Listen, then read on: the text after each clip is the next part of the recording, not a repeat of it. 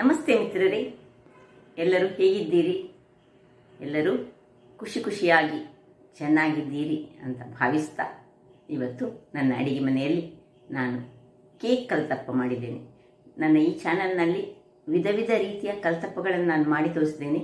Mini ಕಲ್ತಪ್ಪ ನೀವು ನೋಡ್ಬೋದು, banana ಕಲ್ತಪ್ಪ ನೋಡ್ಬೋದು, ಕುಕ್ಕರ್ ಕಲ್ತಪ್ಪ ಮಾಡಿದ್ದೇನೆ ಹಿಂದೆ. ಇವತ್ತು ಕೇಕ್ ಕಲ್ತಪ್ಪವನ್ನು ಹೇಗೆ ಮಾಡುವುದು, ಅದಕ್ಕೆ ಏನೆಲ್ಲ ಸಾಮಗ್ರಿಗಳು ಬೇಕು ಎಂದು ನೋಡುವ ಮೊದಲು ಯಾರೆಲ್ಲ ನನ್ನ ಚಾನಲನ್ನು ನೋಡ್ತಿದ್ದೀರಿ, ಯಾರೆಲ್ಲ ಇನ್ನೂ ಸಬ್ಸ್ಕ್ರೈಬ್ ಮಾಡಿಲ್ಲ, ದಯವಿಟ್ಟು ಸಬ್ಸ್ಕ್ರೈಬ್ ಮಾಡಿ ಸಪೋರ್ಟ್ ಮಾಡಿ ಅಂತ ಹೇಳುತ್ತಾ, ಈ ಕಲ್ತಪ್ಪ ಎನ್ನುವುದು ಒಂದು ನಮ್ಮ ಕರಾವಳಿ ಭಾಗದ ಗೆಂಡದಡ್ಡೆಯ ಇನ್ನೊಂದು ಸ್ವರೂಪ. ಅಂದರೆ ಗೆಂಡದಡ್ಡೆ ಹೇಳಿದರೆ ಹಿಂದಿನ ಕಾಲದಲ್ಲಿ ಕೆಂಡದಲ್ಲಿ ಯಾವುದೇ ಒಂದು ಆಹಾರ ಪದಾರ್ಥಗಳನ್ನು ತಯಾರಿಸ್ತಿದ್ರು. ಆಗ ಮೇಲೆ ಹಾಗೂ ಕೆಳಗೆ ಕೆಂಡ ಹಾಕಿ ಮಾಡ್ತಿದ್ರು. ಈಗ ಕೆಂಡದ ವ್ಯವಸ್ಥೆ ಬಹಳ ಕಡಿಮೆ ಹಳ್ಳಿಗಳಲ್ಲಿ ಉಂಟು. ಹಾಗಾಗಿ ನಾವು ಗ್ಯಾಸ್ನಲ್ಲಿ ಮಾಡುವಂತಹ ಈ ಒಂದು ರುಚಿಕರವಾದ ಅಡ್ಡೆಯನ್ನು ಹೇಗೆ ಮಾಡುವುದೆಂದು ನೋಡೋಣ. ನಮಸ್ತೆ ಮಿತ್ರರೇ, ಇವತ್ತು ಗೆಂಡದಡ್ಡೆ ಮಾಡೋಣ. ಕರಾವಳಿಯ ಬಹಳ ಫೇಮಸ್ ಆದ ಅಡ್ಡೆ ಗೆಂಡದಡ್ಡೆ. ಅಥೆಂಟಿಕ್ ಹಿರಿಯರು ಮಾಡ್ತಿದ್ದದ್ದು. ಹೇಗೆ ಹೇಳಿದರೆ ಒಲೆಯಲ್ಲಿ ಮಾಡ್ತಿದ್ದದ್ದು, ಅಡಿಯಲ್ಲಿ ಗೆಂಡ, ಮೇಲೆ ಸಹ ಗೆಂಡ ಹಾಕಿ. ಈಗ ನಮ್ಮ ಹತ್ರ ಒಲೆ ಇಲ್ಲ, ಈಗ ನಾವು ಮಾಡೋದು ಕುಕ್ಕರ್ ಅಡ್ಡೆ ಅಂತ ಮಾಡಬಹುದು. ಹಾಗಿರುವಾಗ ಅದಕ್ಕೆ ಬೇಕಾಗುವ ಸಾಮಗ್ರಿಗಳು ನೋಡಿ. ಈ ಲೋಟದಲ್ಲಿ 1 ಲೋಟದಷ್ಟು ಬೆಳ್ತಿಗೆ ಅಕ್ಕಿ. ಯಾವ ಬೆಳ್ತಿಗೆ ಸಹ ಆಗ್ತದೆ. ನೀವು ಒಂದು 4 ಗಂಟೆ ನೆನೆಸಿದ್ರೆ ಸಾಕು, ಅಥವಾ ಒಂದು 3 ಗಂಟೆ ಸಹ ಸಾಕಾಗ್ತದೆ ಮಾಡಲಿಕ್ಕೆ.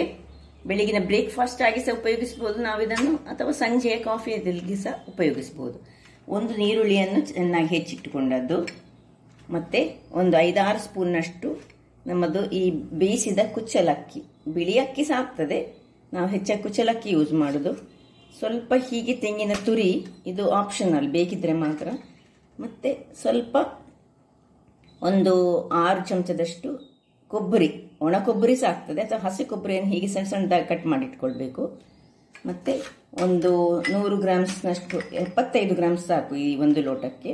ಬೆಲ್ಲ, ಸ್ವಲ್ಪ ಒಂದು 3 ಚಿಟಿಕೆಯಷ್ಟು ಇದು ಅಡಿಗೆ ಸೋಡಾ, 1 ಚಮಚದಷ್ಟು ಜೀರಿಗೆ.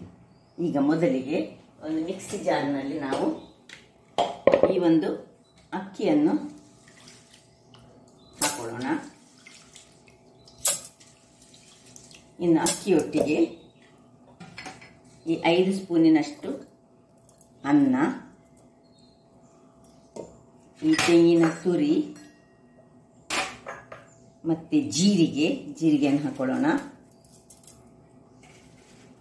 ಹಾಗೂ ಸ್ವಲ್ಪ ಉಪ್ಪನ್ನು ಹಾಕಿ ನಾನು ಇದನ್ನು ಒಂದು ಸಾಧಾರಣ ಸ್ವಲ್ಪ ನೀರು ಹಾಕಿ ಗ್ರೈಂಡ್ ಮಾಡಿ ತರ್ತೇನೆ.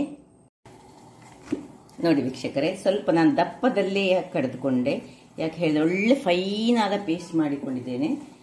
ಇನ್ನು ಇಲ್ಲಿ ನೋಡಿ, ನಾನು ಗ್ಯಾಸ್ನಲ್ಲಿ 1 ಲೋಟದಷ್ಟು, ಇದರಲ್ಲಿ ಅರ್ಧ ಲೋಟದಷ್ಟು ನೀರನ್ನಿಟ್ಟು ಈ ಬೆಲ್ಲವನ್ನು ನೀರು ಮಾಡಿಕೊಳ್ತೇನೆ. ಜಸ್ಟ್ ನೀರಾದರೆ ಸಾಕು, ಇದು ಸುರಿಗೆ ನೀರಾಗಲಿ. ಈ ನೀರಾದ ಮೇಲೆ, ಅದು ತಣ್ಣಗಾದ್ಮೇಲೆ ನಮ್ಮ ಕೆಲಸ. ನೀರಾಗಲಿ ಮೊದಲು. ಇದು ನೀರಾಗ್ತಾ ಇರುವಾಗ ಇದಕ್ಕೆ ಶಿಫ್ಟ್ ಮಾಡ್ಕೊಳ್ತೇನೆ. ಇಲ್ಲಿ ನೋಡಿ, ಸ್ವಲ್ಪ ದಪ್ಪವೇ ನಾನು ಇಟ್ಟಿದ್ದೇನೆ. ಈಗ ಇದನ್ನು ನೀರು ಮಾಡಿಕೊಳ್ಳಿಕ್ಕೆ ಉಂಟು. ಸ್ವಲ್ಪ ಇದಕ್ಕೆ ಮತ್ತೆ ನೀರು ಹಾಕಿ ಮಿಕ್ಸಿ ತೊಳೆದ ನೀರು ಸಹ ಇದಕ್ಕೆ ಮಿಕ್ಸ್ ಮಾಡಿಕೊಳ್ಳೋಣ. ಇದು ಒಳ್ಳೆ ಹೀಗೆ ಈ ನಮ್ಮ ನೀರು ದೋಸೆ ಹಿಟ್ಟಿಗಿಂತ ಸ್ವಲ್ಪ ದಪ್ಪ ಬೇಕು ನನಗೆ ಅಷ್ಟೇ. ಈಗ ಇಷ್ಟು ದಪ್ಪ ಬೇಡ. ನಾನು ಕಡಿಯುವಾಗ ಒಳ್ಳೆ ಗ್ರೈಂಡ್ ಆಗಲಿಕ್ಕೆ ಸುಲಭ ಆಗಲಿ ಹೇಳಿ ಇದನ್ನು ಹೀಗೆ ಮಾಡಿಕೊಂಡದ್ದು. ಈಗ ಇದಕ್ಕೆ ಸ್ವಲ್ಪ ನೀರನ್ನು ಹಾಕ್ಕೊಳ್ತೇನೆ. ನೀರನ್ನು ಹಾಕ್ಕೊಂಡು ಮಿಕ್ಸಿ ತೊಳೆದ ನೀರಂತ ಅದಕ್ಕೆ ಮಿಕ್ಸ್ ಮಾಡಿಕೊಳ್ತೇನೆ.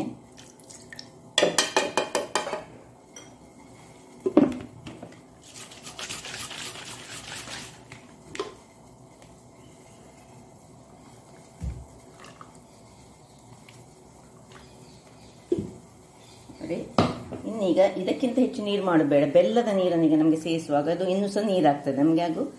ಆಗ ಅದರ ಹದ ಬೇಕು, ನಾನು ನಿಮಗೆ ತೋರಿಸ್ತೇನೆ. ನೋಡಿ ವೀಕ್ಷಕರೇ, ಬೆಲ್ಲ ಇಷ್ಟು ನೀರಾದರೆ ಸಾಕು. ಹೆಚ್ಚು ಏನು ಪಾಕ ಎಲ್ಲ ಏನು ಬರೋದು ಬೇಡ ನಮಗೆ, ನೀರಾದರೆ ಸಾಕು ನಮಗೆ. ಇದನ್ನೀಗ ಆಫ್ ಮಾಡಿಕೊಂಡು ನೋಡಿ ಹೀಗೆ ತಣ್ಣಗಾಗಲಿಕ್ಕೆ ಬಿಡೋಣ. ವೀಕ್ಷಕರೇ, ಇಲ್ಲಿ ನೋಡಿ, ಇದೀಗ ಒಳ್ಳೆ ತಣ್ಣಗಾಗಿದೆ. ಈಗ ಇದಕ್ಕೆ ಹೊಯ್ಯುವ ಮೊದಲು ಇಲ್ಲಿ ನೋಡಿ ಇದನ್ನು ಬಿಸಿ ಆಗಲಿಕ್ಕೆ ಇಟ್ಕೊಳ್ಳೋಣ. ಆಮೇಲೆ ಇಲ್ಲಿ ಇದನ್ನು ಪ್ರಿಪೇರ್ ಮಾಡ್ಕೊಳ್ಳೋಣ. ನೋಡಿ, ಇದು ತಣ್ಣಗಾದ್ದನ್ನು ಅದಕ್ಕೀಗ ಮಿಕ್ಸ್ ಮಾಡಿಕೊಳ್ತಿದ್ದೇನೆ ನಾನು. ನೋಡಿ ಎಷ್ಟು ಕಸ ಉಂಟು ನೋಡಿ. ಈಗ ಇದನ್ನು ತಿರುಗಿಸ್ಕೊಳ್ಳೋಣ. ನೋಡಿ ಹೇಗೆ ನೀರ್ವಾಗಿ, ಅಂದರೆ ನೀರು ದೋಸೆಗಿಂತ ನಮಗೆ ಸ್ವಲ್ಪ ದಪ್ಪ ಬೇಕು, ಬಟ್ ತುಂಬ ದಪ್ಪ ಸಾಗಬಾರ್ದು. ಹದಾದಲ್ಲಿ ನೋಡಿ ಈಗ ತೋರಿಸ್ತೇನೆ ನಾನು ಹೇಗಿರ್ಬೇಕಂತ. ಕನ್ಸಿಸ್ಟೆನ್ಸಿ ನೋಡಿ.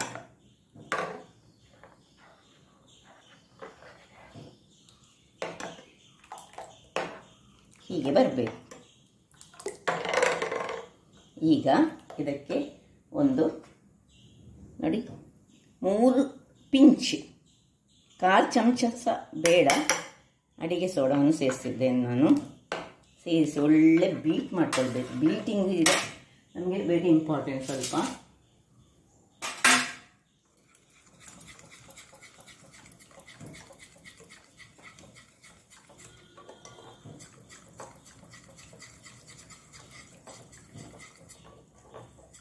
ಹೀಗೆ ಬೀಟ್ ಮಾಡ್ತಾ ಮಾಡ್ತಾ ಮಾಡ್ತಾ ಒಂದು ನಿಮಿಷ ಹೀಗೆ ಬೀಟೇ ಮಾಡಿಕೊಳ್ಳಿ. ಆಮೇಲೆ ಇಲ್ಲಿ ನೋಡಿ ಇದು ಬಿಸಿ ಆಗ್ತಾ ಬಂತು. ಇದಕ್ಕೆ ತೆಂಗಿನ ಎಣ್ಣೆ ಬೇಕಿದೆ ತೆಂಗಿನ ಎಣ್ಣೆ, ತುಪ್ಪ ಬೇಕಿದ್ರೆ ತುಪ್ಪ ಏನು ಸಹ ಹಾಕ್ಕೊಳ್ಬೋದು. ತುಪ್ಪದಲ್ಲಿ ಸಹ ಮಾಡ್ಬೋದು. ನೀವು ಒಂದು 4-5 ಸ್ಪೂನಿನಷ್ಟು ತೆಂಗಿನ ಎಣ್ಣೆಯನ್ನು ಹಾಕ್ತಿದ್ದೇನೆ ನಾನು. ತೆಂಗಿನ ಎಣ್ಣೆ ಹಾಕಿ ಅದರಲ್ಲಿ ಈ ನೀರುಳ್ಳಿಯನ್ನು ಸ್ವಲ್ಪ ಫ್ರೈ ಮಾಡಿಕೊಳ್ಳೋಣ ಕುದಿಗೆ.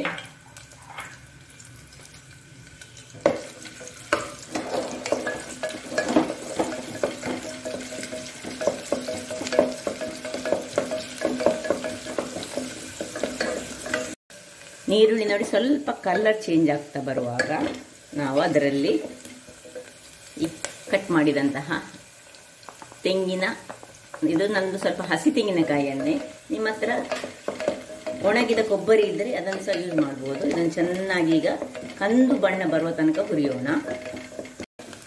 ವೀಕ್ಷಕರೇ ಇಲ್ಲಿ ನೋಡಿ ಹೀಗೆ ಒಳ್ಳೆ ಕಂದು, ಇನ್ನೂ ಸಹ ಸ್ವಲ್ಪ ಕಂದು ಬಣ್ಣಕ್ಕೆ ಇದು ಬರಬೇಕು. ಕರೆಕ್ಟಾದ ಕಂದು ಬಣ್ಣ ಇದರಲ್ಲಿ ಬರಬೇಕು. ಅಷ್ಟು ತನಕ ನಾವು ಫ್ರೈ ಮಾಡಬೇಕು. ನೀರುಳ್ಳಿ ಸಹ ಫ್ರೈ ಆಗಬೇಕು. ಈವನ್ ನೋಡಿ ನಿಮಗೆ ಕಾಣ್ತದಲ್ಲ ಹೀಗೆ ಕಲರ್ ಒಳ್ಳೆ ಬ್ರೌನ್ ಕಲರ್ ಆಗಬೇಕು. ಅಷ್ಟೊತ್ತು ನಾವು ಮಾಡ್ತಾನೇ ಇರಬೇಕು. ಈಗ ಇದರಲ್ಲಿ ಒಂದು 4 ಚಮಚದಷ್ಟು ನಾನು ಇದನ್ನು ಹೊರಗೆ ತೆಗೆದಿರ್ತೇನೆ. ಮೊದಲಿಗೆ ಚಮಚದಲ್ಲಿ ಸ್ವಲ್ಪ ಇಲ್ಲಿ ನೋಡಿ ಒಂದು ಪಾತ್ರೆಯಲ್ಲಿ ಇದರಲ್ಲಿ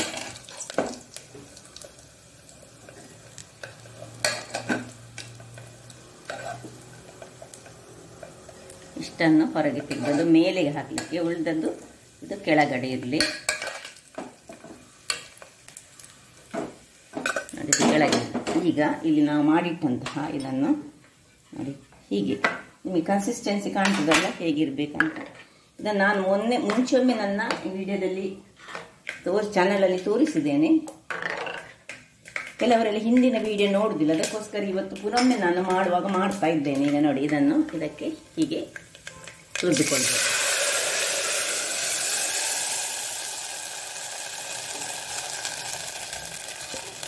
ಎಲ್ಲವನ್ನು ಹೀಗೆ ಹಾಕಿ ಈಗ ಅದರ ಮೇಲೆ ಈಗ ತೆಗೆದಿಟ್ಟಂತಹ ಈ ಒಂದು ಇದನ್ನು ಮೇಲಿನಿಂದ ಪುನಕ್ಕೆ, ಯಾಕೆಳಿದ್ರೆ ಅದು ಮೇಲೆ ಕಾಣಬೇಕು ಹೇಗೆ ಒಳ್ಳೆ ಸ್ಪ್ರೆಡ್ ಮಾಡ್ಕೊಳ್ಳೋಣ.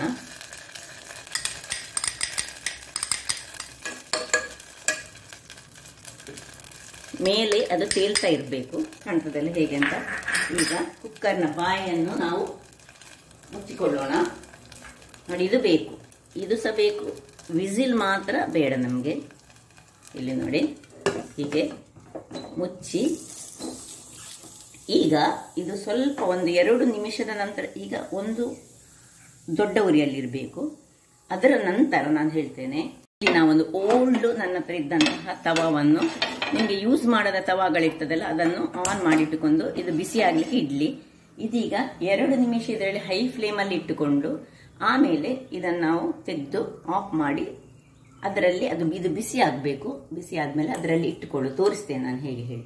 ವೀಕ್ಷಕರೇ ನೋಡಿ 3 ನಿಮಿಷದ ಬಳಿಕ ಇದರಲ್ಲಿ ಸ್ವಲ್ಪ ಈ ನೀರಿನ ಅಂಶ ಹೊರಗೆ ಬರುವ ಹಾಗೆ ಆಗುವಾಗ ನಾವಿಲ್ಲಿ ಬಿಸಿ ಮಾಡಿಟ್ಟಂತಹ ಈ ಒಂದು ತವಾವನ್ನು ತೆಗೆದು ಈಚೆ ಸೈಡಲ್ಲಿ ಇಟ್ಟು ಇದನ್ನು ಇದರ ಮೇಲೆ ಇಟ್ಟು ಒಂದು ಅರ್ಧ ಗಂಟೆಗಳ ಕಾಲ ಅದರಷ್ಟಕ್ಕೆ ಅದು ಬೇಯಲಿ.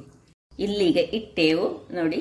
ಇದು ಸಪೋಸ್ ನಾವು ಕುಕ್ಕರ್ನಲ್ಲಿ ಮಾಡೋದಿಲ್ಲ ಆದರೆ, ನಾವು ಗೆಂಡದಲ್ಲಿ ಮಾಡೋದಾದರೆ ಹೇಗೆ ಮಾಡೋದು ಹೇಳಿದರೆ, ಈ ಕುಕ್ಕರ್ ಪಾತ್ರೆ ತಗೊಳ್ಳಿಕ್ಕಿಲ್ಲ, ಒಂದು ಮಣ್ಣಿನ ಪಾತ್ರೆಯ ಅಥವಾ ಒಂದು ಬೇರೆ ದಪ್ಪ ತಳದ ಯಾವುದಾದ್ರೂ ಪಾತ್ರೆಯನ್ನು ಹಾಕ್ಕೊಂಡು ಅದರಲ್ಲಿ ಹಾಕ್ಕೊಂಡು ಅದರ ಮೇಲೆ ಪ್ಲೇಟ್ ಇಟ್ಟು ಅದರ ಮೇಲೆ ಕೆಂಡ ಹಾಕಿ ಮಾಡುವಂಥದ್ದು. ಹಳ್ಳಿಯಲ್ಲಿ ತುಂಬ ಮಂದಿ ಅದನ್ನು ಮಾಡ್ತಾರೆ. ಈಗ ನಾವು ಒಂದು ಅರ್ಧ ಗಂಟೆ ಹೀಗೆ ಉರಿಯಲ್ಲಿ ನಾವು ಇದನ್ನು ಬೇಯಿಸಿಕೊಳ್ಳೋಣ. ವೀಕ್ಷಕರೇ, ಇಲ್ಲಿ ನೋಡಿ, ಈಗ ಒಂದು ಅರ್ಧ ಗಂಟೆ ಹೀಗೆ ಸಣ್ಣ ಸಿಮ್ಮಲ್ಲಿ ಇಟ್ಟುಕೊಂಡಿದ್ದೇನೆ ನಾನು. ಈಗ ಆಫ್ ಮಾಡ್ಕೊಳ್ತೇನೆ, ಒಮ್ಮೆ ಚೆಕ್ ಮಾಡ್ತೇನೆ ಅದರ ಮೊದಲು ನೋಡುವ. ನೋಡಿ ಹೇಗೆ ಬಂದಿದೆ ನೋಡಿ, ಅದರೊಳಗೆ ನಿಮಗೆ ಕಾಣ್ಬೋದು.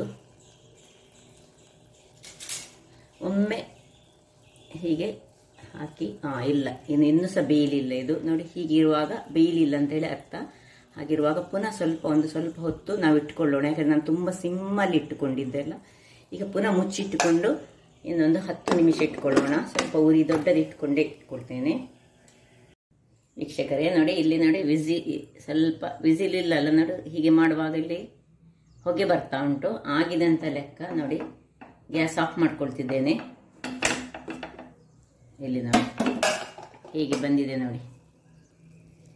ಈಗ ಇದನ್ನು ಸ್ವಲ್ಪ ತಣ್ಣಗಾಗಬೇಕು. ತಣ್ಣಗಾದ ಮೇಲೆ ಇದರ ಸೈಡ್ಸನ್ನು ನಾವು ಬಿಡಿಸ್ಕೊಳ್ಳೋಣ, ಆಮೇಲೆ ತೆಗೆದುಕೊಳ್ಳೋಣ. ನೋಡಿ ವೀಕ್ಷಕರೇ, ಈಗ ಸೈಡ್ಸನ್ನು ನಾನು ಸ್ವಲ್ಪ ಈ ಚೂರಿಯಲ್ಲಿ ಹೀಗೆ ಮಾಡಿಕೊಂಡೆ.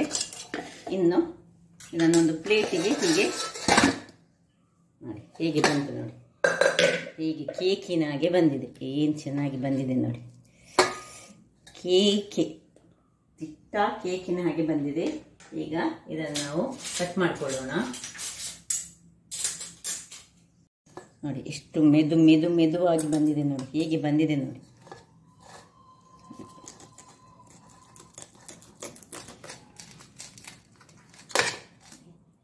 ಸ್ಮೂತ್ ಹೇಳಿದೆ ನೋಡಿ. ಹೀಗೆ ಹಾಕುವಾಗ ಸ್ಮೂತ್ ಆಗಿ ಸೈಡ್ಸ್ ಕೇಕಲ್ಲಿ ಹೇಗೆ ಸೈಡ್ಸ್ ಇದು ಬರ್ತದೆ ನೋಡಿ, ಆ ರೀತಿಯಲ್ಲಿ ಬಂದಿದೆ ನೋಡಿ. ಹೇಗೆ ತುಂಬ ಬಿಸಿಯಾಗಿದೆ, ಅದರಿಂದಾಗಿ ಹಿಡಿದುಕೊಳ್ಳಿಕ್ಕೆ ಸ್ವಲ್ಪ ಕಷ್ಟ ಆಗ್ತದೆ ನೋಡಿ. ಹೇಗೆ ಗೂಡಾಗಿ ಬಂದಿದೆ ನೋಡಿ, ಏನು ಚೆನ್ನಾಗಿದೆ. ಹಾಗಿರುವಾಗ ನೋಡಿದ್ರಲ್ಲ ವೀಕ್ಷಕರೇ, ಕೇಕಿನಾಗೆ ಉಂಟು, ಕ್ರಿಸ್ಮಸ್ ಕೇಕಿನಾಗೆ. ಹಾಗಿದ್ದರೆ ಆಗ ನನ್ನ ಈ ಕುಕಿಂಗ್ ಚಾನಲ್ ನಿಮಗೆ ಇಷ್ಟ ಆದರೆ ಬೋಳೂರು ಸುವರ್ಣ ಚಾನಲನ್ನು ಲೈಕ್ ಮಾಡಿ, ಶೇರ್ ಮಾಡಿ ಹಾಗೂ ಸಬ್ಸ್ಕ್ರೈಬ್ ಮಾಡಿ. ಹಾಗೂ ನನ್ನ ಇನ್ಸ್ಟಾಗ್ರಾಮ್ ಪೇಜನ್ನು ಫಾಲೋ ಮಾಡಿ. ಧನ್ಯವಾದಗಳು.